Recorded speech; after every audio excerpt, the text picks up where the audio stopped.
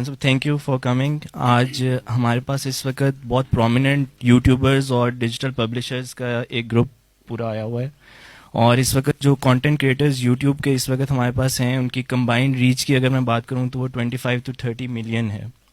اور یہ وہ گروپ ہے apart from a few missing جن کی پرائر کمٹمنٹس تھیں کہ جو اچھا کانٹینٹ کرتا ہے پاکستان کے لیے کرتے ہیں. اور ساتھ میں ہمارے پاس ڈیجیٹل پبلشرز ہیں جو کہ کانٹینٹ کو وائرل کرتے ہیں اوبویسلی، جس میں سیاست ہے، اردو پوائنٹ ہے، ڈیلی پاکستان ہے، ٹی سی ایم ہے، یہ سارے آج یہاں پہ آئے ہوئے ہیں. تو وداؤٹ ٹیکنگ ٹائم کہ آپ ان سے پہلے تھوڑا سا ایڈریس کریں اور اس کے بعد یہ کچھ کوشچنز آپ سے کرنا چاہیں گے. Thank you. بسم اللہ الرحمن الرحیم. پہلے تو سب کو خوش آمدید اور ویلکم یہاں آنے کا موقع ملا آپ سب سے بات کرنے کا. مجھے بہت پہلے آپ سے بات کرنی چاہیے تھی کیونکہ یہ بڑا کرٹیکل ٹائم ہے پاکستان میں، اور یہ جو کیونکہ آپ سب یوتھ ہیں، فیوچر ہے اس ملک کی، آپ سب کو پتہ ہونا چاہیے کہ ہم کس کرٹیکل سٹیج پہ کھڑے ہیں.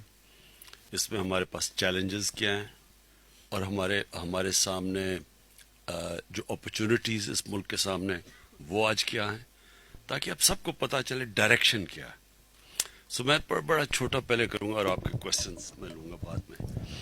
دیکھیں، جو سب سے امپورٹنٹ چیز سمجھنے کی ہے کہ پاکستان ایک پرابلی اپنی تاریخ کا جو سب سے بڑا فائنینشیل کرائسس تھا اس سے نکل رہا ہے.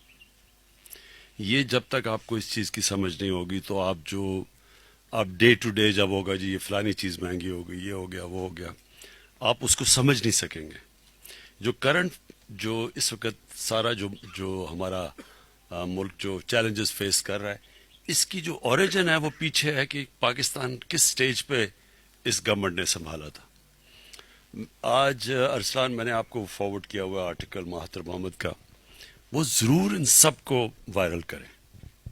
یہ بڑا امپورٹنٹ ہے آپ کے لیے آج آرٹیکل پڑھنا. مہاتر محمد نے ایک آرٹیکل لکھا ہے جو میں نے ارسلان کو کہا کہ وائرل کرے. یہ اس لیے امپورٹنٹ ہے کیونکہ مہاتر محمد کو وہ ملیشیا ملا تھا جو آلموسٹ آئیڈینٹیکل سچویشن تھا جو ہمیں ملا تھا پاکستان. تو اس نے جو آرٹیکل لکھا ہے کہ کیا چیلنجز ملیشیا فیس کر رہا ہے، وہ آپ پڑھیں گے تو آپ کو لگے گا کہ وہ پاکستان کی بات کر رہا ہے. فرق صرف یہ ہے کہ ملیشیا کا اتنا بڑا کرائسس نہیں تھا جو ہمارا کرائسس ہے. ملیشیا کی اکانومی اس حالت میں نہیں تھی ہماری، لیکن اس نے ٹیک اوور کیا ملیشیا ایک کرپٹ گورنمنٹ سے، جس کو وہ کلیپٹوکریسی کہتا ہے. وہ کرپٹ گورنمنٹ سے اس نے ملیشیا کو سنبھالا، اور وہ اس کرپٹ گورنمنٹ نے وہی کیا ملیشیا سے جو ہمارے یہ جو پولیٹیکل مافیا نے ہمارے ساتھ کیا، ایگزیکٹلی وہی کیا. اسی طرح کی بینکرپسی، اسی طرح نہیں، ہماری بینکرپسی ان سے زیادہ تھی، لیکن مقروض کیا ملک کو، ڈیفیسٹس بڑے بڑھ گئے، قرضے لینے پڑے. وہ بالکل وہ پیٹرن ہمارا ہے. اور پھر وہ مافیا یونائٹڈ، اور ان کی پارٹی جو کیونکہ یہ جو پارٹی بنی ہے جس نے اس کو ہٹایا ہے، یہ پہلی دفعہ پاور میں آئے ہیں سب. تو جو وہ چیزیں کہتا ہے وہ پلیز آپ نے سب نے پڑھنی ہے. مہاتر محمد یاد رکھیں کہ مسلمان دنیا کا وہ اسٹیٹس مین ہے جس نے ملیشیا کو چینج کیا تھا، ٹرانسفارم کیا تھا from rural economy to middle income economy. $9,000 per capita وہ چھوڑ کے گیا تھا. $500 پہ ملیشیا کو اس نے سنبھالا تھا. تو وہ جو ملیشیا کی جو ساری جو رائز تھی اور جو چینج کیا تھا وہ سارے مہاتر کو ایٹریبیوٹ کرتے. تو ایک سیزنڈ، ایک 20 سال کا گورننس کا تجربہ. تو یہ جو آرٹیکل ہے، یہ اس سے آپ کو اندازہ ہوگا کہ اس کو کیا چیلنجز فیس کر رہے ہیں، اور آپ ریئلائز کریں گے ایگزیکٹلی وہ چیلنجز ہمارے ہیں. تو ایک تو آپ کو سمجھنا ہے کہ یہ، اور وہ آرٹیکل آپ کو سمجھا دے گا کہ ہم کس قسم کے اکنامک کرائسس سے نکلے ہیں. اسٹیبل کیا اکانومی آج ہمارے. اچھا، اور آپ سب کے لیے میں سمپلیفائی کر دیتا ہوں. اکانومی کو جب آپ دیکھتے ہیں نا، تو دنیا جب آپ کی ریٹنگ کرتی ہے، موڈیز یا جو دنیا، وہ صرف ایک چیز دیکھتی ہے، کرنٹ اکاؤنٹ. کیا وہ ڈیفیسٹ میں یا سرپلس میں؟ میننگ کہ آپ کے ملک سے ڈالرز جو باہر جا رہے ہیں اور جو آپ کے ملک میں ڈالرز آ رہے ہیں، کیا ان کے اندر اگر خسارہ ہے یا وہ سرپلس ہے. یہ ڈیفائن کرتی ہے آپ کی اکانومی.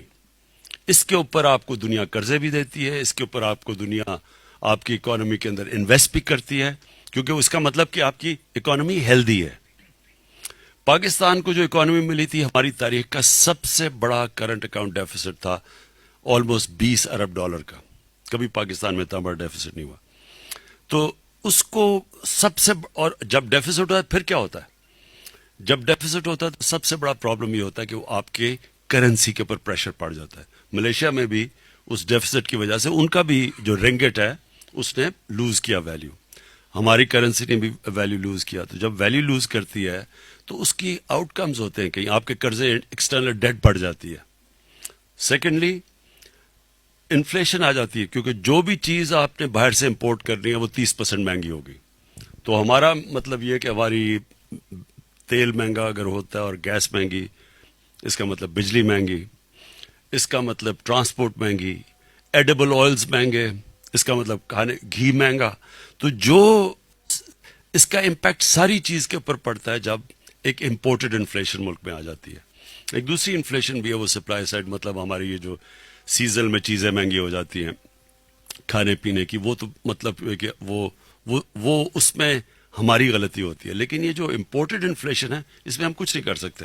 سو اس کے جتنے بھی امپیکٹ پڑتا ہے جب آپ کا کرنٹ اکاؤنٹ ڈیفیسٹ ہوتا ہے, اس کے جو نتائج ہوتے ہیں وہ اکانومی پہ پڑتے ہیں. تو جب اگر آپ ان کے پچھلے دوروں نے کہا جی ہم نے گروتھ ریٹ بڑھا دی, گروتھ ریٹ کا مطلب کچھ نہیں ہوتا, وہ تو ایک ٹیمپرری, اگر میں بھی امپورٹ کرنے شروع کر دوں چیزیں تھوڑی دیر کے لیے خوشحالی آ جائے گی, لیکن ایونچولی وہ آپ کا جتنا خسارہ بڑھتا جائے گا آپ کا کرنسی گرنی شروع ہو جائے گی. کرنسی گرے گی, ملک کی ویلتھ نیچے چلی جاتی ہے. سو یہ صرف میں نے تو اس وقت 75% ہمارے دور میں کرنٹ اکاؤنٹ ڈیفیسٹ نیچے آیا. یہ بہت بڑی اچیومنٹ ہے گورنمنٹ کی. اور ہماری جو فسکل ڈیفیسٹ وہ بھی نیچے آیا. ہماری ایکسپورٹس تھوڑی بڑی ہیں کیونکہ ڈالر ٹرمز میں ٹائم لگتا ہے جب تک آپ آرڈرز ملتے ہیں, فیکٹریاں لگتی ہیں, لیکن ہم نے امپورٹس کرٹیل کیے ہیں, ہماری ریمیٹنسز بڑھ گئے ہیں, تو ہمارا وہ گیپ نیرو ہو گیا. سو یہ ایک بہت بڑی اچیومنٹ ہے. اس کی وجہ سے اسٹیبل ہوا ہے, اس کی وجہ سے روپیہ تھوڑی دیر گین کیا ہے, اسٹاک مارکیٹ پہ کانفیڈنس آ گیا ہے, سب سے زیادہ انویسٹمنٹ آئی ہے پاکستان میں. سو بیسکلی ہمارا ڈائریکشن ٹھیک ہو گیا. تو سر اکانومی میں صرف آپ کو یہ چیز سمجھنی ہے, اور یہ جب آپ آرٹیکل پڑھیں گے مہاتر کا تو آپ سمجھ جائیں گے. دوسری طرف ہمارے ایکسٹرنل چیلنجز جو فارن پالیسی کے ہیں وہ بھی آپ کو سمجھنا چاہیے. انفارچونیٹلی یہاں بات ہی نہیں کی جاتی.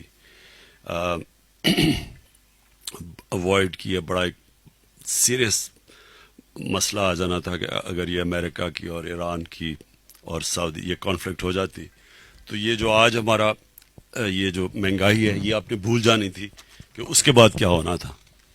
اس کے بعد یہ ہونا تھا کہ اگر تیل کی ایک دم تیل اوپر شوٹ کر جانا تھا, ہمارا پھر سے ڈیفیسٹ بڑھ جانا تھا. سب بڑے سیریس پرابلم سے. تو اللہ کا شکر ہے کہ ہمارا جو ایک بڑا مشکل فیز تھا, ایک ڈینجر بھی تھا, وہ رک گیا. لیکن دوسری طرف ایک اور افغانستان کا, وہ بھی ایک پاکستان پوری کوشش کر رہا ہے پیس پروسیس کے اندر, کیونکہ اگر امن ہوتا ہے افغانستان میں تو پاکستان ایک تو خیر افغانستان کے لوگوں کے لیے بہت اچھا ہے, 40 سال سے بیچاروں کی زندگیاں عذاب بنی ہوئی ہیں, لیکن ساتھ ساتھ ہمارے لیے سارا ٹریڈنگ روٹ کھل جاتا ہے کوریڈور مڈل سینٹرل ایشیا تک, اور یہ بڑے اس کے بہت بینیفٹس ہیں پاکستان کو. تو ایک تو وہ ہے, اور ویسے بھی ہمارے جو قبائلی علاقہ وہ افیکٹ ہوتا ہے, یعنی ہمارا جو مرج ڈسٹرکٹس ہیں وہ افیکٹ ہوتی ہیں افغانستان کی وجہ سے. تو اس لیے یہ ہمارے لیے بڑا امپورٹنٹ ہے کہ یہاں پیس, اور وہ لگ رہا ہے کہ صحیح ڈائریکشن پہ جا رہا ہے. لیکن جو اصل پرابلم ہے وہ ہندوستان کا ہے, اور یہ بڑا سیریس پرابلم ہے. اور انفارچونیٹلی یہاں میڈیا سے اور ڈسکورس سے اس چیز کے اوپر بات نہیں ہوتی. یہ آپ کو سمجھنا ہے یہ کتنا سیریس پرابلم ہے. دیکھیں ہندوستان میں سارا وقت دنیا کہتی تھی کہ جی ہمارے پاکستان میں کہ جی ٹیررسٹ یا ایکسٹریمسٹ پاکستان کو ٹیک اوور کر لیں گے, پاکستان کے نیوکلیئر آرسنل سیف نہیں ہے. آج ایک ایکسٹریمسٹ آئیڈیالوجی نے ہندوستان کو ٹیک اوور کر لیا ہے, اور یہ اتنی خوفناک آئیڈیالوجی ہے. دنیا کی تاریخ میں جب بھی ایک ریسسٹ, ایک ریشل سپریمسٹ آئیڈیالوجی جب ٹیک اوور کرتی ہے, وہ اس کے اندر دو چیزیں ہوتی ہیں, ایک تو اپنی ریس سپیریورٹی, اور دوسری نفرت ہوتی ہے دوسری ریسز کے اگینسٹ. یہ جب بھی ٹیک اوور کیا ہے خون ہوا ہے دنیا میں, اس ملک پہ خون ہوا ہے. یہ ہو ہی نہیں سکتا کہ آپ ایک لوگوں کو اٹھا دیں پکڑ کے ایک ریشل ایجنڈا کے اوپر اور پھر ساتھ ساتھ نفرت کسی اور ریس کی, اور یہ ہو ہی نہیں سکتا کہ یہ پھر آرام سے یہ سیٹل ہو جاتا ہے. کیونکہ یہ ایک ایسی چیز ہے یہ جو جب بھی شروع ہوئی ہے, اس میں جو یہ اس کو جو یہ آئیڈیالوجی کو اٹھاتا ہے اس کا سب سے بڑا مسئلہ یہ ہوتا ہے کہ وہ پھر پیچھے نہیں ہٹ سکتا. وہ فریز ہوتا ہے رائڈنگ دا ٹائیگر, کہ وہ جیسی ٹائیگر سے اترو گے وہ کھا جائے گا. یہ پیچھے یہاں سے ہٹتے ہیں, یہ نریندر مودی یہاں سے پیچھے ہٹتا ہے. یہ جو آر ایس ایس کی فنیٹکس ہیں یہ نہیں اس کو چھوڑیں گے. اور یہ پھنس ایسے گیا ہے کہ اب ایک پوری ہندوستان کے اندر اس کے اگینسٹ ایک موومنٹ شروع ہو گئی. شروع تو ہوئی سٹیزن ایکٹ اور وہ جو رجسٹریشن ایکٹ. اور بائی دا وے یہ سمجھنا آپ سب کو چاہیے کہ یہ جب ہٹلر نے بھی جب نازیز کے خلاف یہ شروع کیا تھا, جب ان کے پروگرام شروع ہوئے تھے, اس سے پہلے وہ بھی ایک لے کے آیا تھا رجسٹریشن ایکٹ 1935 میں. اور وہ بگننگ ہوتی ہے, پہلے رجسٹر کر کے ان کو علیحدہ کرتے ہیں اور پھر ان کے اوپر تشدد ہوتا ہے. میانمار میں روہنگاز کے اگینسٹ یہ 1982 میں بھی رجسٹریشن ایکٹ آیا تھا. اس کے بعد ان کی باری آئی تھی جو ایتھنک کلینزنگ ہوئی تھی. یہ ایگزیکٹلی وہ پہلے آسام میں انہوں نے شروع کیا ہے, اور یہ وہ ایکٹ ہے جو ایونچولی اچھا پھر یہ کیوں انہوں نے ساتھ اس کے سٹیزن ایکٹ لے آئے ہیں رجسٹریشن کے بعد, کیونکہ انہوں نے جب وہاں رجسٹریشن شروع کی آسام میں تو اس میں سے 40% ہندو تھے. تو انہوں نے اس کو وہاں شور مچ کیا کہ وہ ہندو بھی ڈی رجسٹر ہو سکتے تھے. تو اس کے بعد یہ دوسرا ایکٹ لیا ہے سٹیزن ایکٹ کے, اور اس میں یہ ہے کہ اگر کوئی بھی نیبرنگ کنٹری سے ریفیوج ہندوستان میں لانا چاہتا ہے اس کو اجازت ہے سوائے مسلمانوں کے.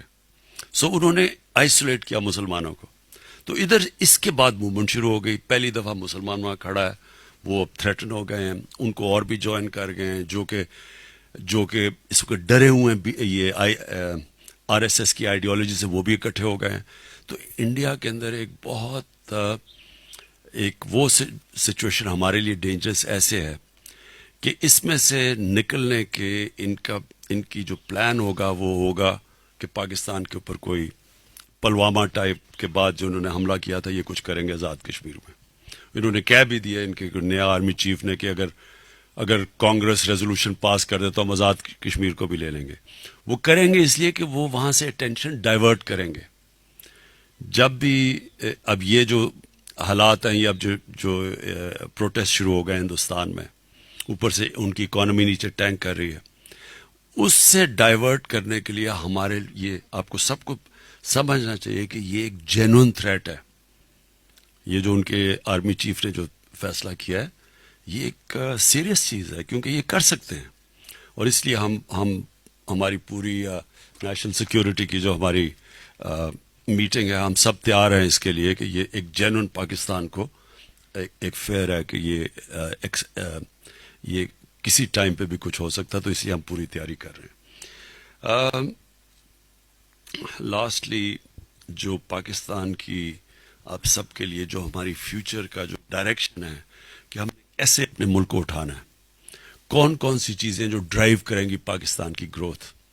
نمبر 1, یہ پہلی دفعہ پاکستان 60s کے بعد انڈسٹریلائزیشن کی پالیسی کی طرف گیا. ہم 60s کے اندر آپ کو پتہ ہی نہیں پتا ہوگا سب سے تیزی سے انڈسٹریلائز کر رہے تھے. پاکستان کی جو گروتھ ریٹ تھی اور جو پاکستان کا جو ماڈل تھا وہ یہ ارد گرد کے ملک آ کے پاکستان کا ماڈل ساؤتھ کوریا اور ملیشیا ہمارے سے سیکھتے تھے. ہم فاسٹسٹ گروئنگ اکانومی تھی کیونکہ پہلی دفعہ پہلی ایک گورنمنٹ نے ایک پوری پلاننگ کر کے ملک کو انڈسٹریلائز کیا تھا. وہ اس کے بعد یہ اب سیکنڈ گورنمنٹ آئی ہے جس نے انڈسٹریلائزیشن کو اپنی مین پلانک بنایا اپنی پالیسی کا, اکنامک پالیسی کا. وجہ اس کی یہ ہے کہ صرف ایک ملک اگر ہمارے پاس یوتھ بل جائے, ہم نے اگر ان کو نوکریاں دینی ہیں تو وہ صرف انڈسٹریلائزیشن سے آئیں گی. ہم اس کے علاوہ اتنے بڑے پاپولیشن کو جابس نہیں دے سکتے. اور پھر ویلتھ کریشن کے لیے آپ کو انڈسٹریلائزیشن کرنی پڑے گی جو ملیشیا نے 80s میں شروع کی تھی. سیکنڈلی جو بہت بڑا انٹیپ پوٹینشیل ہے جو لوگ اب تک کسی نے توجہ نہیں دی وہ ٹورزم. پاکستان کے اندر اتنی ڈائیورس قسم کی ٹورزم کے لیے جگہ ہیں اور یہ بالکل ایک انٹیپ پوٹینشیل تھا, نہ کسی نے اس کے اوپر توجہ دی. ہماری ویزا رجیم اتنی تھی کہ وہ ڈسکریج کرتی تھی ٹورزم. تو اس کے اوپر ہم نے یہ گورنمنٹ اب پوری طرح ٹورزم کے اوپر زور لگا رہی ہے. اور ہم نے جو ابھی فگرز دیکھی ہیں کہ انٹرنل ٹورزم ڈبل ہو گئی تھی ایک سال کے اندر. تو یہ بہت بڑا پوٹینشیل ہے.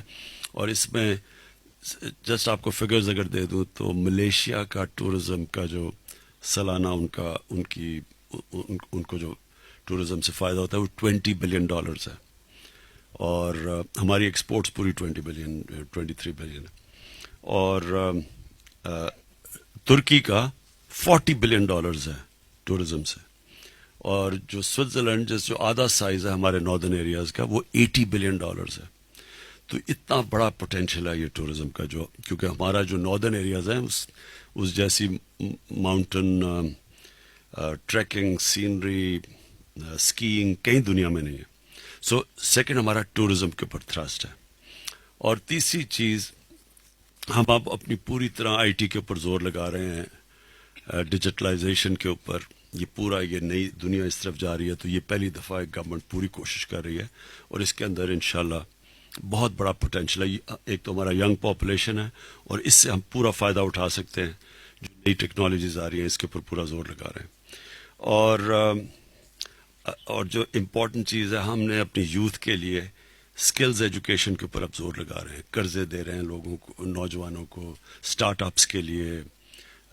کبھی پاکستان میں ہم نے میرے خیال میں 50 بلین کے ہمارے اسکالرشپس, کبھی اتنے زیادہ کسی گورنمنٹ نے توجہ نہیں دی اسکالرشپس پہ. تو یہ سارا ہے. اور جو ساتھ پروگرام ہم کر رہے ہیں اس مشکل وقت میں وہ ہمارا احساس پروگرام ہے. احساس پروگرام پہلی دفعہ ایک اسٹیٹ وہ چیزیں کر رہی ہے جو پہلے نہیں. مثلا پناہ گاہ ہیں, آلموسٹ ہمارے 160-70 پناہ گاہ بن چکی ہیں. اور یہ اگر آپ ان کے اندر کبھی جائیں, ضرور میں انکریج کروں گا آپ جائیں, دیکھیں, لوگوں سے بات چیت کریں, تو آپ کو پتہ چلے گا کہ ہمارے لوگوں کے کبھی کسی نے توجہ ہی نہیں دی ان لوگوں کی جو بیچارے ڈیلی ویجرز ہیں, جو بیچارے جو نچلا طبقہ ہے. اور یہ ایکسپینڈ کرتے جا رہے ہیں.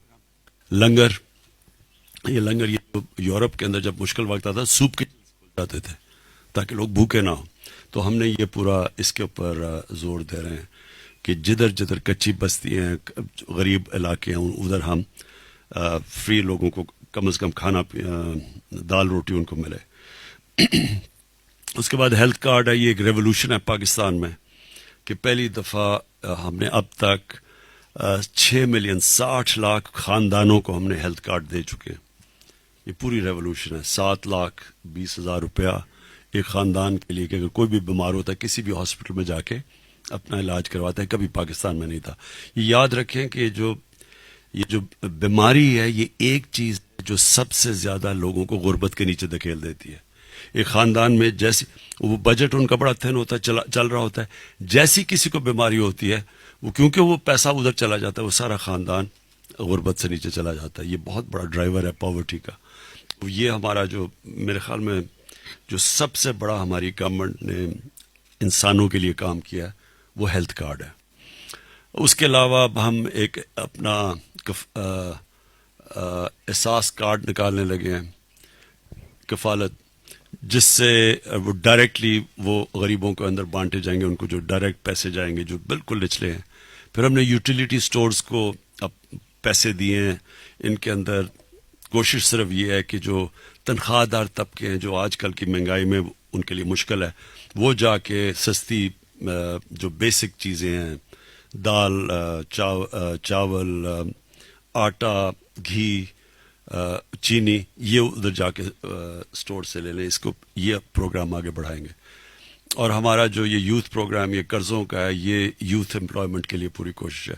لیکن جو پروگرام لوگوں کو نوکریاں دے گا وہ ہمارے 2 فلیگ شپ ہیں. ایک ٹورزم ہے اور دوسری ہماری جو یہ 50 لاکھ ہم نے افورڈیبل ہاؤسنگ کے اوپر جا رہے ہیں. کیونکہ ہاؤسنگ ایک ایسی چیز ہے انشاءاللہ, کیونکہ اس میں بڑی رکاوٹیں تھیں, لاز ابھی بھی ایک قانون پھنسا ہوا ہے عدالت میں فور کلوجر لاز کا. یہ جیسی جیسی اس میں سے کنسٹرکشن میں رکاوٹیں رکیں گی, یہ جب کنسٹرکشن چلنی شروع ہوتی ہے تو اس سے 40 اور انڈسٹریز ہیں جو کنیکٹڈ ہیں اس سے, تو پورا ملک کے اندر ایک ماحول بن جاتا ہے. یہ ہمارا انشاءاللہ اسی مہینے کے اندر شروع ہو جائے گا کام. سو بیسکلی میں نے آپ کو ڈائریکشن بتا دیا. امپورٹنٹ چیز ہے آپ کے لیے ایک چیز یہ سب کے لیے سمجھنا, اس لیے مہاتما محمد کا آرٹیکل آپ ضرور پڑھیں. دیکھیں, یہ نہیں ہو سکتا کہ اگر ایک گھر میں ڈاکہ پڑے اور اس کے اوپر قرضے چڑھ جائیں, یہ نہیں ہو سکتا کہ وہ گھر اوور نائٹ ٹھیک ہو جائے گا. یہ ہوگا ہی, ایک پروسیس سے آپ کو گزرنا پڑے گا. دنیا میں جب بھی کوئی ملک کا وہ حال ہوا ہے جو ہمارا ہوا کہ ریکارڈ قرضے, ریکارڈ خسارے, ڈیفیسٹس, فسکل, یہ نہیں ہو سکتا کہ ایک دم ہم کوئی چابی کریں گے اور ایک دم ملک ٹھیک ہو جائے گا. تو ایک پروسیس سے گزرتی ہے, اور ہم کوئی پہلی قوم نہیں ہے جس مشکل مرحلوں میں پھنسے ہیں. ملیشیا کا تو آپ کے سامنے اگزامپل ہے, لیکن بہت اور ملک ہیں. جنگوں کے اندر ملک تباہ ہو گئے, first world war, second world war میں پوری قومیں تباہ ہو گئیں, لیکن وہ ایک پروسیس سے گزر کے کھڑے ہو جاتے ہیں. لیکن یہ بھی ہوتا ہے کہ نہیں بھی ہوتے. وینزویلا کے اندر جو آپ حالات دیکھ لیں, حالانکہ وہاں تیل بھی ہے, وہاں اتنے نوٹ لے جانے پڑتے ہیں ایک ڈبل روٹی خریدنے کے لیے, تو کئی ملک اور بھی نیچے سلائڈ کر جاتے ہیں. یہ جو اب اکنامک مائیگرنٹس دیکھ رہے ہیں, اب جو یورپ جانے کی کوشش کر رہے ہیں, کشتیوں میں جا رہے ہیں, ہمارے سے بہت برے حالات ہیں.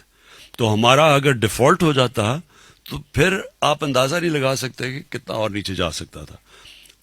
تو فارچونیٹلی ملک سٹیبل ہے, اور اب انشاءاللہ یہ جو سال ہے ہمارا, ہم اپنی گروتھ اوپر کریں گے, اور یہ صحیح ڈائریکشن پہ جائے گا جب لوگوں کو نوکریاں ملیں. جی, کوشچنس. مزمل آپ سے میں سٹارٹ کروں گا, کائنڈلی اگر مائک ایک مزمل کو دے دیں.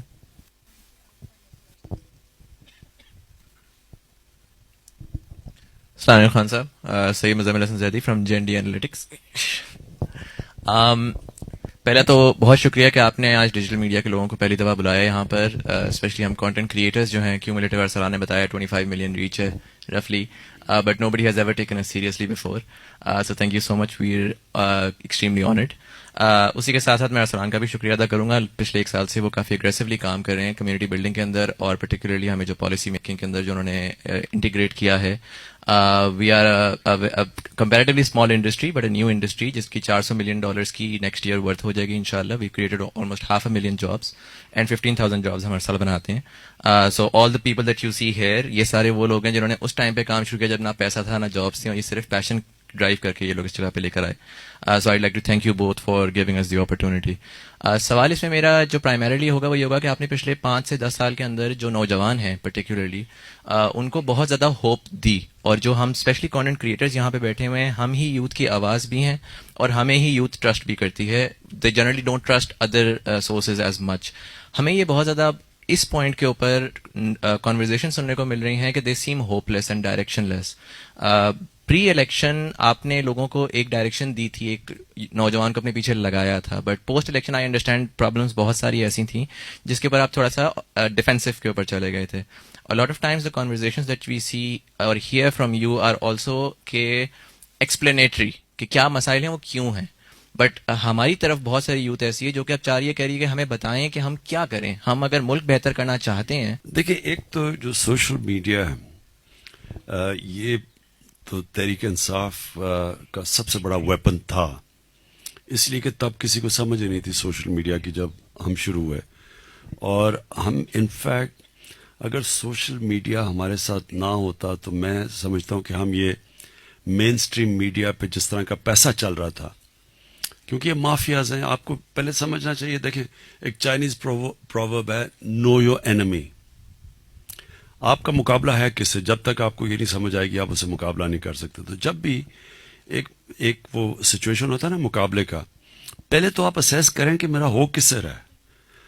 ہمارا مقابلہ ہو رہا ہے اس ملک کے 30 سال کے انٹرینچڈ مافیا سے, اور وہ مافیا اتنا انگرینڈ ہے, اور وہ جو مہاتما محمد وہ جو کہتے ہیں وہ ایگزیکٹلی یہ کہتے ہیں, ان کا بھی مقابلہ یہ ہو رہا ہے کہ وہ ایک انٹرینچڈ سسٹم ہے.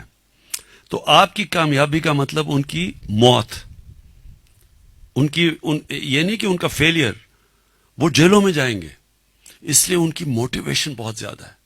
وہ پیسہ چلا رہے ہیں میڈیا پہ، ہر روز افراتفری، تباہ ہو گیا ملک، مارا گیا، یہ ہو گیا وہ ہو گیا. تو ہمارا پہلا تو سال اتنا مشکل تھا کیونکہ پاکستان کو بچانا تھا ڈیفالٹ سے. یہ خطرہ تھا کہ ہمارا روپیہ ادھر تک گر جائے. تو اگر آج مہنگائی لوگ کمپلین کر رہے ہیں تو اگر روپیہ اور گر جاتا، جو گر سکتا تھا کیونکہ ہمارے پاس فورن ایکسچینج نہیں تھا روپے کو سپورٹ کرنے کے لیے. سو وہ بڑا مشکل ہمارے لیے ٹائم تھا پہلا سال. تو فرینکلی میرے پاس تو ٹائم ہی نہیں تھا. نارملی تو میں خود نیریٹو سیٹنگ کرتا تھا اپنی پارٹی کی کہ کیا ہم نے کس طرح اس مافیا کا مقابلہ، کیونکہ میں نے تو اس مقابلے کا 22 سال مقابلہ کیا، تو میں تو جانتا ہوں ان کو، میں تو آئی نو دی اینمی. تو باقیوں کو تو نہیں پتا تھا، وہ پارلیمنٹ کھیل رہے تھے یا وہ سمجھ رہے تھے کہ نارمل ڈیموکریسی ہو رہی ہے.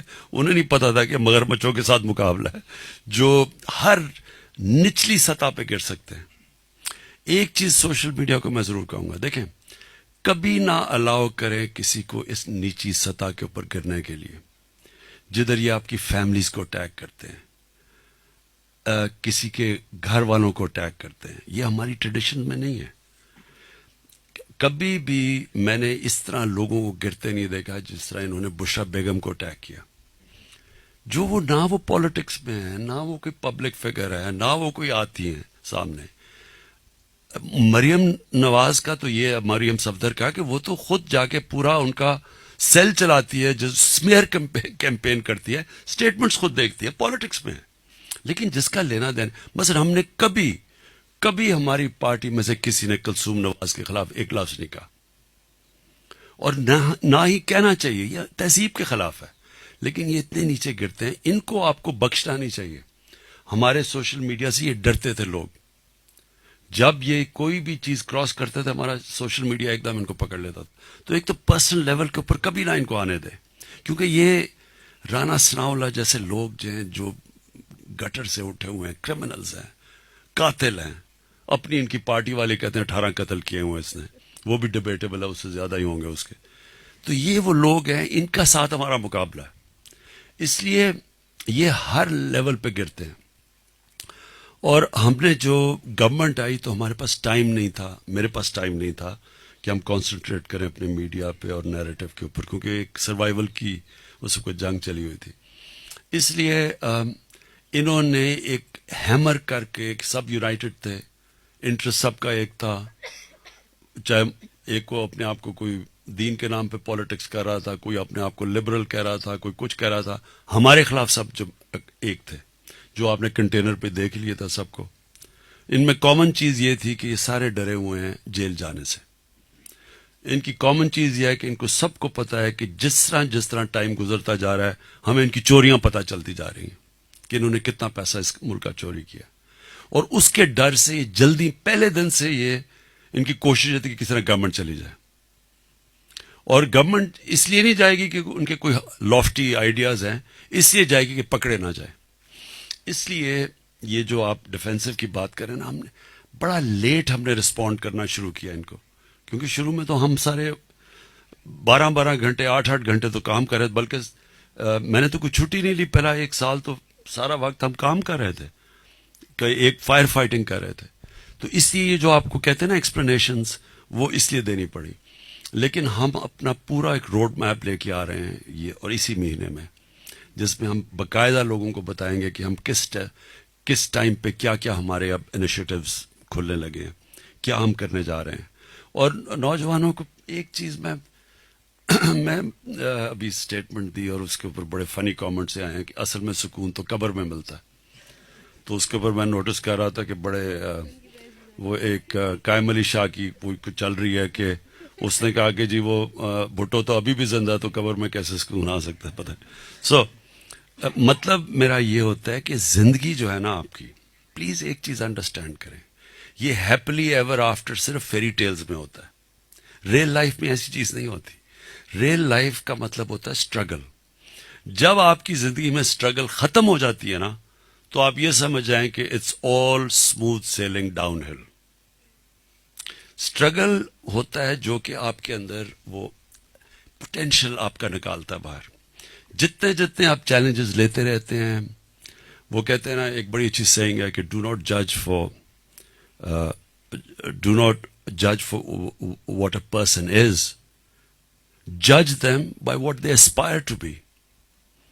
کیونکہ آپ کی ایسپریشنز ڈسائڈ کریں گی کہ آپ کتنے بڑے انسان بنیں گے یا کتنے چھوٹے انسان بنیں گے. سو یہ جو اسٹرگل ہوتی ہے نا یہ یوتھ کے لیے, اس سے کبھی گھبرانا نہیں چاہیے, کیونکہ اسٹرگل کے اندر ایک انسان کی بڑی کوالٹیز نکلتی ہیں. آج تک کوئی بڑا انسان دنیا میں نکلا ہی نہیں ہے جو اسٹرگل نہیں کی اور جس نے برا وقت نہیں دیکھا. تو یہ ملک, قوموں کی زندگی میں بھی برے وقت آتے ہیں, اور برے وقت آنے ہیں. آپ کا گھر کو لوٹا گیا دونوں ہاتھوں سے, 4 گنا زیادہ قرضہ پاکستان کا 10 سال میں بڑھا ہے. یعنی 6 ٹریلین سے 30 ٹریلین پہ پاکستان کا قرضہ 10 سالوں میں پہنچا ہے. 60 سالوں میں 6 ٹریلین اور 10 سالوں میں پہنچ گیا 30 ٹریلین. تو یہ اس کے کانسیکوینسز ہیں. اور امیجن کریں نا, ایک گھر ہے آپ کا, ایک گھر کے اندر جب وہ لوٹا جاتا ہے اور تو وہ ٹائم لگتا ہے کہ آپ اپنی آمدنی بڑھاتے ہیں, سارا گھر کام کرتا ہے, مشکل وقت میں خرچے کم کرتے ہیں, لگژریز کم کرتے ہیں, یہ قوم کو بھی کرنا پڑتا ہے. تو جو یوتھ کے لیے میرا ہے کہ دیکھیں, شکر کریں کہ آپ کا ملک سٹیبل ہے. اب شکر کریں کہ دنیا کی سب سے زیادہ انویسٹمنٹ آئی ہے. اب کتنی دیر کے بعد پاکستان میں فورن انویسٹمنٹ آ رہی ہے, وہ صرف اس لیے آ رہی ہے کہ ان کو کانفیڈنس آتا جا رہا ہے. اسٹاک مارکیٹ جو ایک دم نیچے راک باٹم سے اوپر گئی, کانفیڈنس آ رہا ہے لوگوں پہ. سو اب آگے جو ہے یوتھ کے لیے انشاءاللہ بڑی اپرچونٹیز نکلیں گی. میں آج آپ کے سامنے ایک پریڈکشن کرتا ہوں, کسی کا بھی, یہ سارے ارد گرد کے ملکوں کے اندر کسی میں اتنا پوٹینشیل نہیں ہے جو پاکستان میں ہے. یہ اللہ نے, میں تو جب سے گورنمنٹ میں ہوں, میں خود, میرا مائنڈ باگل کرتا ہے کہ کس طرح کی, یعنی اللہ نے ایگریکلچر میں ہم کہاں سے کہاں جا سکتے ہیں. صرف تھوڑی پروڈکٹیوٹی بڑھانی ہے. ہمارے پاس زمین ہے, ہمارے پاس پانی, اس کو بھی صحیح نہیں استعمال کرتے, کوئی ٹیکنالوجی نہیں ہم استعمال کر رہے. صرف as an agriculture country Pakistan کے اندر پوٹینشیل ہے کہ سب سے آگے نکل سکتے. پھر یہ منرل ویلتھ جو ہے, یہ لوگوں کو اس چیز کا نہیں پتا کہ صرف جو ہماری اس وقت 14 انہوں نے ریزروز ریکارڈنگ میں صرف ایک جگہ پہ 14 ریزروز ہیں گولڈ اور کاپر کے. صرف 2 جو ہے نا ان کا اسیس کیا ہوا ہے انہوں نے, جو 2 ابھی جس کے اوپر انہوں نے اسیسمنٹ کی ہے, ان 2 کا جو پروفٹ ہے وہ $100 بلین ہے. یعنی سارا جتنا ہمارا فورن ڈیٹ ہے وہ اتار سکتے ہیں. سو یہ اتنے, اس پہ پھر کولے کے جو ریزروز ہیں ہمارے پاس اتنا ہے, ہمیں کبھی فکر ہی نہیں کریں گے ساری زندگی, وہی صرف تھر کول سے بجلی یہاں سے اگلے 50 سال تک مل سکتی ہے. سو یہ ملک میں ہے, انفارچونیٹلی یہ سارا انیکسپلورڈ اور انیکسپلوٹڈ پوٹینشیل ہے. سو یوتھ کو کہنا ہے کہ آگے بڑے اچھا وقت آ رہا ہے. جی جی, thank you so much. Quickly جیسے آپ نے نیریٹو والی بات کی, اور جب فواد چودھری صاحب بھی منسٹری میں تھے, انہوں نے پی ٹی وی کو ریگولیٹ کرنے کی کوشش کی. جس طریقے کے ساتھ اردوغان نے ٹی آر ٹی شروع کیا, اے جے پلس ہے یا اور نیٹ ورکس ہیں, سو اس سائٹ کے اوپر آپ کے خیال سے گورنمنٹ جو ہے وہ کیا کرے؟ ریسنٹلی آپ نے جیسے ارطغرل والا ڈرامہ آپ نے کہا, پھر کچھ انٹرٹینمنٹ شوز ہیں, لیکن ابھی تک ہمیں ایز سچ کچھ نظر نہیں آ رہا اس حوالے سے. دیکھیں, یہ بڑا امپورٹنٹ ہے آپ سب کے لیے. پاکستان کو جو تھریٹ ہے نا, اور آپ سب وہ جو کانٹینٹ بناتے ہیں, یہ بڑا امپورٹنٹ ہے آپ کے لیے ریئلائز کرنا کہ پاکستان میں ایک بہت بڑا چیلنج آ رہا ہے. وہ چیلنج آ رہا ہے یہ موبائل فون کی وجہ سے, اور موبائل فون میں بچوں کو وہ کانٹینٹ اب اویلیبل ہے جو ہیومن ہسٹری میں کبھی نہیں تھا, ہیومن ہسٹری میں نہیں تھا. اس کا فال آؤٹ آ رہا ہے, اور بچوں اب اتنی تیزی سے ڈرگز اس اسکولوں کے اندر اب جا رہی ہیں جو کہ میں نے کبھی ریئلائز ہی نہیں کیا, جب سے پاور میں ہوں پتہ چلا ہے. اور دوسرا جو سیکس کرائم ہے, یہ اسکائی راکٹ کر رہی ہے پاکستان میں, جس میں پیڈوفیلیا ہے جو کہ بہت سیریس چیز ہے پاکستان کے اندر. چائلڈ پورنوگرافی میں ہم سب سے سیڈلی کہ پاکستان میں جاری, تو اس کے اوپر کلیم ڈاؤن تو کر رہے ہیں. لیکن اس کی ایک اور وجہ ہے کہ ہم کر کیا رہے ہیں, ہم ایک کانٹینٹ لیتے ہیں جو کہ پہلے آتا ہے ہالی ووڈ سے, پھر بالی ووڈ میں, پھر پاکستان میں.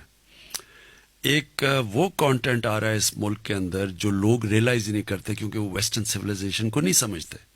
ان کو یہی نہیں پتا کہ اس سویلائزیشن کی جو سب سے نقصان پہنچانے والی چیز ہے وہ ہم امپورٹ کر رہے ہیں وایا ہالی ووڈ. اس کے کانسیکوینسز کیا ہیں؟ اس کا سب سے بڑا کانسیکوینس ہے کہ فیملی سسٹم ٹوٹ رہا ہے, طلاقیں بڑھ رہی ہیں. میں جب انگلینڈ میں گیا تھا پہلی دفعہ تو 1 in 14 ڈیورسز تھی, 14 میں ایک. اب وہاں آلموسٹ 70-80% ڈیورس ہے. فیملی سسٹم ٹوٹ رہا ہے کیونکہ جتنی آپ یہ فحاشی اس کو یہ پرمیسو کلچر کو پروموٹ کرتے ہیں, اس کا ڈائریکٹ امپیکٹ فیملی سسٹم پہ جاتا ہے. اور آپ انڈیا میں جو حال دیکھیں اس کتنا جو نقصان ہندوستان میں پہنچ رہا ہے ان کی جو ایک کلاس کے اندر, تو ایگزیکٹلی وہی کر رہے ہیں. تو اس لیے میں یہ جو ڈرامہ کی بات کر رہا تھا, یہ جو سیریل ٹرکی میں, یہ پہلی دفعہ کسی نے ایفرٹ کی ایک آلٹرنیٹو کلچر دینے کے لیے لوگوں کو, کہ ایک اور بھی کلچر ہے. یہ جو نانسنس آ رہا ہے اور یہ ڈی جنریٹ ہو گیا, اور اس کے علاوہ ایک اور کلچر ہے جو کہ انہوں نے ایک آلٹرنیٹو کلچر پروڈیوس کیا ہے. یہ بڑا امپورٹنٹ ہے بیکاز اس کے کانسیکوینسز ہیں. میں آج آپ کو کہہ رہا ہوں کہ لوگ ریئلائز نہیں کرتے, اس کے کانسیکوینسز ڈائریکٹلی فیملی سسٹم پہ ہیں. اور دنیا یہ بتاتی ہے, آج امریکہ کے اندر جب فیملی سسٹم ان کا ٹوٹا ہے تو آپ دیکھیں کہ جن ایتھنک گروپس کی امریکہ میں فیملی سسٹم انٹیکٹ ہے وہ سارے اکیڈیمکلی سب سے آگے نکل گئے ہیں, اور جن کے فیملی سسٹم ٹوٹتے ہیں وہ پیچھے رہ گئے, اپارٹ فرام ادر تھنگس اور بھی جو اس کے امپیکٹ ہیں, بٹ وہ اکیڈیمکلی کمپیٹ نہیں کر سکتے. تو اس کے اوپر ہم پوری کوشش کر رہے ہیں. اس کے اوپر ہم نے ترکی نے پریزیڈنٹ اردوغان, مہاتر محمد اور میں نے بیٹھ کے ہم نے سوچا تھا کہ ہم ایک آلٹرنیٹو دیں اپنی مسلمان دنیا کو, لوگوں کو. پہلے تو ایک اسلاموفوبیا جو اسپریڈ کر رہا ہے اس کے لیے بتائیں کہ ایکچوئل اسلام کیا ہے, اور سیکنڈلی پھر اپنی یوتھ کو ایک آلٹرنیٹو دیں, کیونکہ یہ اب آپ ڈنڈے سے تو نہیں ختم کر سکتے, یہ ایک آلٹرنیٹو ایک سپیریئر نیریٹو سے ختم کر سکتے. جی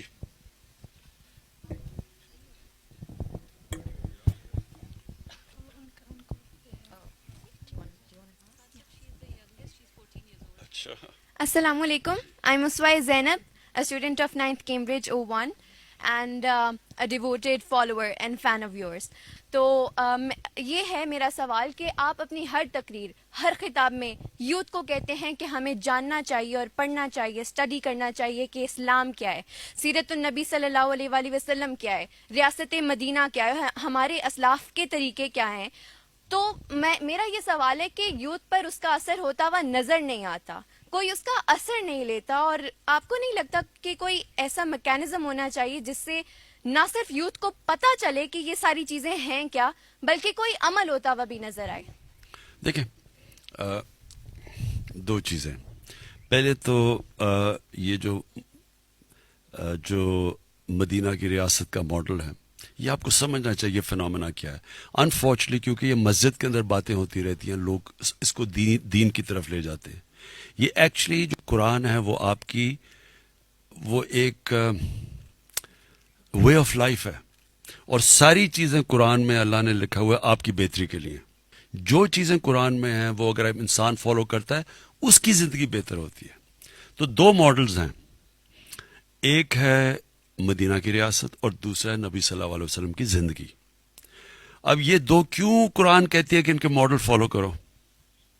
قرآن کہتی ہے نبی کے ان کی زندگی سے سیکھو, ان کی زندگی سے, اور پھر ان کی سنت اس پہ چلو. وہ اس لیے کہ دنیا کی تاریخ میں یہ دونوں سب سے سکسیسفل ماڈلز ہیں. آج جو مدینہ کی ریاست تھی وہ بیسس بنی تھی دنیا کا سب سے عظیم جو مسلمانوں کا سویلائزیشن تھا وہ بیس ہوا تھا مدینہ کی ریاست پہ, اور وہ ماڈرن پرنسپلز پہ بنی تھی. ویلفیئر اسٹیٹ یہ پہلی دفعہ کانسیپٹ آیا تھا, رول آف لا, سارے قانون کے سامنے ایک برابر, کوئی ریشل ڈسکرمنیشن نہیں تھی. آخری خطبے میں نبی صلی اللہ علیہ وسلم نے کہا سارے انسان چاہے جو مرضی آپ کا رنگ ہو ایک ہیں. یعنی وہ ایک ماڈرن ریاست تھی, سب عورتوں کو رائٹس دیے گئے, غلاموں کو آزاد کیا گیا. یہ سب ماڈرن کانسیپٹس ہیں. ٹالرنس, ریلیجس ٹالرنس ہے. یہودی کیس کی جاتا ہے خلیفہ وقت کے سامنے, انتھنکیبل آج بھی. تو وہ سب ماڈرن کانسیپٹس تھے, اور وہ بیسس بنا ایک ٹوٹے پھوٹے جو یعنی جن کی کوئی حیثیت ہی نہیں تھی عربوں کی, 2 سپر پاورز کے سامنے وہ اٹھ کے دنیا کے لیڈرز بن گئے. اور یہ کتنی تیز بنے, یہ بھی آپ کو سمجھنا چاہیے کہ یہ ہیومن ہسٹری ہے, یہ میتھولوجی نہیں ہے. یہ 625 میں بدر کی جنگ ہوئی, 313 مسلمان. 636 میں 11 سال کے بعد رومنز کو انہوں نے بیزنٹائن ایمپائر کی شکست ہوئی یارموک کے اندر. 11 سالوں میں ان کے 1 لاکھ فوجی تھے جو لڑنے والے تھے, اور سب سے ماڈرن ان کے ویپنز تھے. اور دوسری چیز, نبی صلی اللہ علیہ وسلم کی زندگی دنیا کی تاریخ میں کسی انسان نے اچیو کیا ہی نہیں جو انہوں نے کیا. کبھی ایسا انسان کی کوئی اچیومنٹ ہے ہی نہیں آج تک. تو ہم کتابیں پڑھتے ہیں, جو بھی کچھ کامیاب ہوتا ہے بزنس میں وہ کتاب لکھ دیتا ہے, وہ ہر کی بل گیٹس کی کتاب ہے سب کی, لیکن کسی انسان نے تو وہ کیا ہی نہیں جو انہوں نے کیا ہے. تو یہ تو 100 گریٹسٹ مین میں بھی نمبر 1 پہ ان کو رکھتے ہیں, کیونکہ کسی نے یہ اچیومنٹ نہیں کی. Therefore یہ کامن, میں لوگوں کو کہتا ہوں کہ ان کو اسٹڈی کرو, دونوں کو, مدینہ کی ریاست کو اسٹڈی کرو, ان کی زندگی کو, کیونکہ اگر آپ نے اوپر جانا ہے زندگی میں تو ان کی زندگی میں سب کچھ ہے. آپ ان کے کیریکٹر کیا, ان کی زندگی میں کیا اسٹرگلز آئیں, کیا انہوں نے فیس کیا, تو یہ سب کچھ ہے. تو پہلے چیز تو میں یہ لوگوں کو یہ اس لیے کہتا ہوں, یہ اس سے بہتر آپ کے سامنے کوئی ماڈل نہیں ہے. آپ نے اپنی زندگی بہتر کرنی ہے. اس ملک نے اگر اوپر جانا ہے, ہمیں ان پرنسپلز پہ جانا پڑے گا جو مدینہ کی ریاست ہے. اب آگے سیکنڈ چیز, آپ نے کہا جی کچھ فرق نہیں پڑا. آپ کو پتا ہے انہی کی زندگی سے سیکھتے ہوئے 10 سال کے بعد, ان کی تبلیغ کے بعد صرف 40 لوگ مسلمان تھے. پوائنٹ کیا ہے کہ یہ اور قرآن کے اندر بھی ایک جو سب سے بڑی صفت دی گئی ہے وہ پیشنس ان ایڈورسٹی, صبر کرنا. آپ کوشش کرتے رہتے ہیں. پلیز ایک چیز یاد رکھنا, یہ ہمیشہ ایک چیز یاد رکھنا, آپ نماز میں صرف ایک چیز مانگتے ہیں, اللہ مجھے ان کے راستے پہ لگا, راستے پہ لگا. پلیز یہ یاد رکھنا بار بار. وہ منزل نہیں آپ مانگتے کہ وہ جس پہ اللہ نے تمہیں, ان کے راستے پہ لگا جن کو تمہیں نعمتیں بخشی. سو آپ کا صرف کام ہے اس راستے پہ چلنا. کامیابی اللہ دیتا ہے. میں کتنی دفعہ آپ کو کہتا تھا جب سارے ہمارے بیچارے گھبرائے ہوئے ہوتے تھے کہ اب تو کوئی چانس نہیں. عمران غزالی ڈرا ہوتا تھا کہ جی اب کیا ہوگا, اب تو جی یہ ہو گیا وہ ہو گیا. میں آپ کو کہتا تھا کہ انسان کے ہاتھ میں اللہ نے صرف کوشش دی ہے, نیت وہ جانتا ہے, کامیابی تو وہ دیتا ہے. یہ تکبر ہے جب انسان سمجھتا ہے کہ جی میں جیت گیا. جتانا تو اس نے ہے, کوشش آپ کے ہاتھ میں ہے. سو دیکھیں, ہم یہ ایک ملک کا ایک بڑے ٹیسٹ سے گزر رہا ہے. یوتھ کے لیے بڑا ٹیسٹ ہے, بے روزگاری ہے, اکانومی نہیں ابھی چل رہی, لیکن یہ ایک حصہ ہوتا ہے زندگی کا, اونچ نیچ زندگی کا حصہ ہے. آپ نے لوگوں کو یہ بتانا ہے.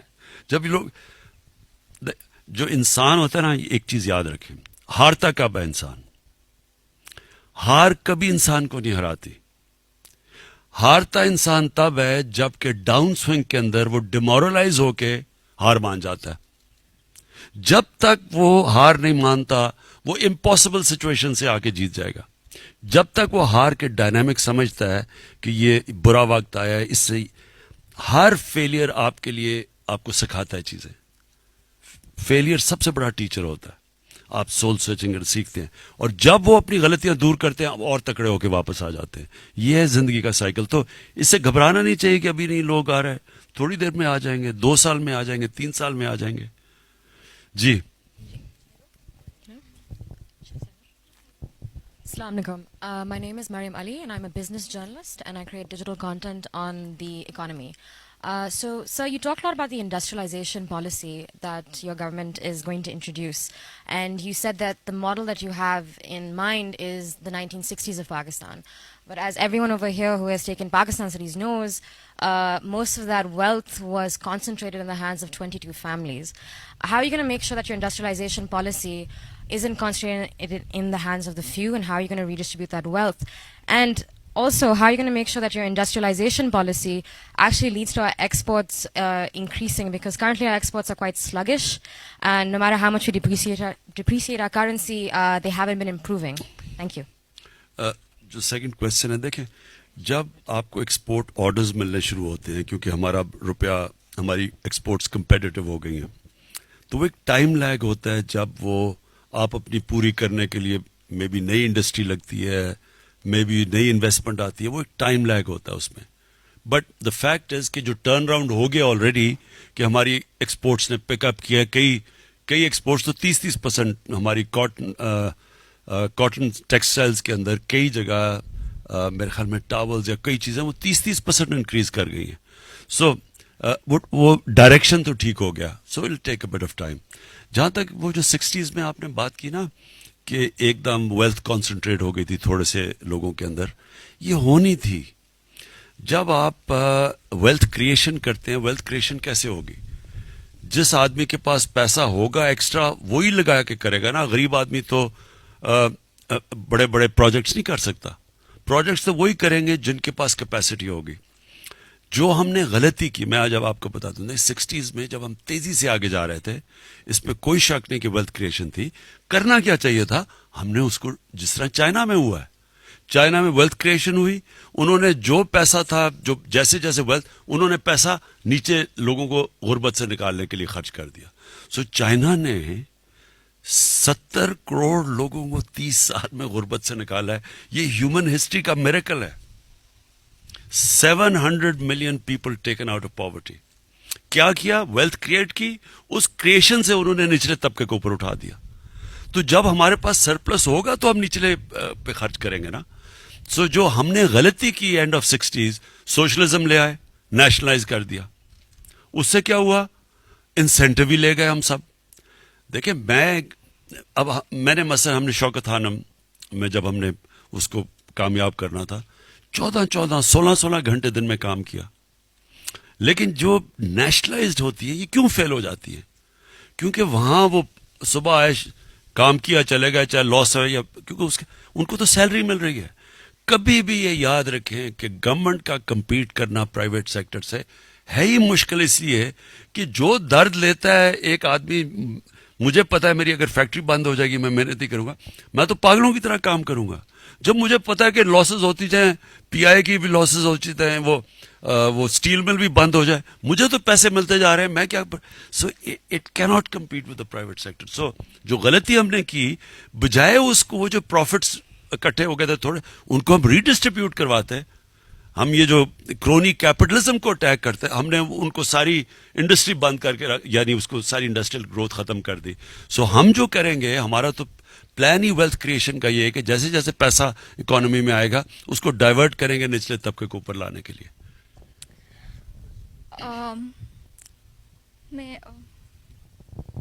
السلام علیکم سر, مائی name is Aqsam, I am an Instagram influencer.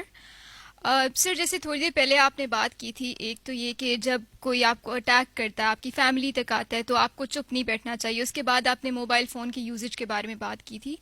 تو مجھے ایک بہت کامن سا کوشچن ہے کہ ہماری انٹرنیٹ پہ سیفٹی, ہم جو جیسے سائبر کرائم ہوتا ہے, جو بھی بولنگ ہوتی ہے, ہراسمنٹ ہوتی ہے, بلیک میلنگ ہوتی ہے, تو مجھے پتا ہے کہ اس کا کیا پروسیس ہے کہ آپ کہاں پہ کون سے کنسرن ڈپارٹمنٹس ہیں جہاں پہ آپ جا کے کمپلین کر سکتے ہو. لیکن بینگ اے فیمیل, جیسے مجھے بہت سی میری جن فیمیلس کے ساتھ انٹریکشن بھی ہوتا ہے, تو اگر جو ریلیونٹ ڈپارٹمنٹ ہے وہ میجورٹی آف دا ٹائم وہ ایکشن نہیں لیتے ہیں, کچھ ایشوز جو کچھ بھی ہوتے ہیں. اس کے بعد دوسرا ہمارے پاس جو سٹیزن پورٹل کا آپشن ہے وہ بہت اچھا آپشن ہے, لیکن وہاں پہ بھی اگر کسی چیز میں ڈیلے ہوتا ہے, اور کچھ کیسز ہوتے ہیں جو بہت زیادہ سینسٹیو ہوتے ہیں, اور being a female I can understand, اور شاید آپ کو بھی جنرلی پتہ ہوگا کہ فیمیلس کے لیے اتنا ایزی نہیں ہوتا ہے کہ وہ اوپنلی اس چیز کے بارے میں بات کر سکیں. تو اس چیز کا کیا سلوشن ہونا چاہیے, کیونکہ بہت کچھ سینسٹیو کیسز بھی ہوتے ہیں. میں نے یہ بالکل آپ ٹھیک کہہ رہے ہیں, یہ بڑا ہماری, میں نے اپنے سامنے یہ ڈی جنریشن دیکھی اپنی سوسائٹی کی. یہ پہلے ایسا نہیں تھا ہمارا ملک. یہاں جب ہم بڑے ہو رہے تھے بڑا رسپیکٹ تھا عورتوں کا. میں جب انگلینڈ گیا پہلی دفعہ, میں شوق ہو گیا کہ یہ وہ بالکل وہ جو گورے ہیں وہ رسپیکٹ نہیں کرتے عورتوں کی. ہم تو یہاں بہت بڑا رسپیکٹ تھا. یہ انفارچونیٹلی یہ جو غلط ٹرینڈز نکلی ہیں اور اس کو ہم نے کلیمپ ڈاؤن کرنا ہے. میں نے اس کو ارسلان کو کہا ہوا ہے کہ FIA کے ساتھ یہ کام کریں, اور ہم نے ان کو یہ جو سائبر کرائمز کے اندر جو لوگ لگے ہوئے اس کے اوپر ہم بڑی بری طرح کلیپ ڈاؤن کرنے لگے ہیں. انفارچونیٹلی ابھی تک ہماری گورنمنٹ پیچھے رہ گئی تھی. یہ جو سوشل میڈیا یہ اتنی تیزی سے آگے گیا ہے کہ ہماری گورنمنٹ اسے کیچ اپ نہیں کر سکی. لیکن اب ہم ان کو تیاری کروا رہے ہیں, وہ لوگ انویسٹ کر رہے ہیں, ہائر کر رہے ہیں وہ لوگ جو ڈیل کر سکتے ہیں سائبر کرائم سے.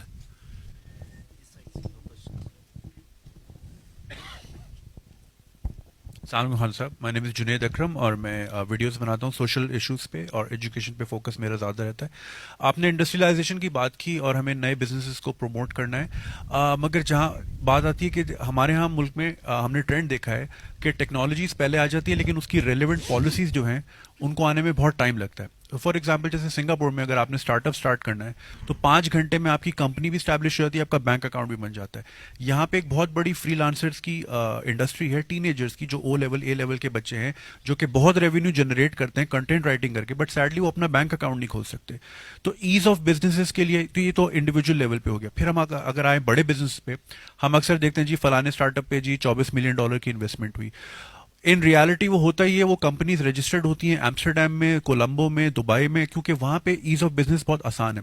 اور وہ صرف پے سلپس جو ہوتی ہیں وہ والا پیسہ پاکستان میں آتا ہے, کیونکہ پھر اسٹیٹ بینک ان سے کوشچن کرتا ہے کہ انویسٹمنٹ آئی کیسے, اور پھر جب پیسہ آ جاتا ہے پھر وہ باہر جا بھی نہیں سکتا, آپ اپنے وینڈرز کو نہیں پے کر سکتے, تو بندہ پھنس جاتا ہے, وہ پھر وہ اپنا پیسہ باہر رکھتے ہیں اور باہر سے ہی گھماتے رہتے ہیں. تو ایز آف بزنس کے لیے کیا پالیسی ہوگی ہماری فیوچر میں؟ یہ کل میں نے میٹنگ اسی ای کامرس کے اوپر ہی کی ہے, اور اس میں یہی چیزیں میں دیکھ رہا تھا کہ بجائے فیسیلیٹیٹ کرنے کے ہمارا سسٹم رکاوٹیں ڈالتا ہے ان لوگوں پہ.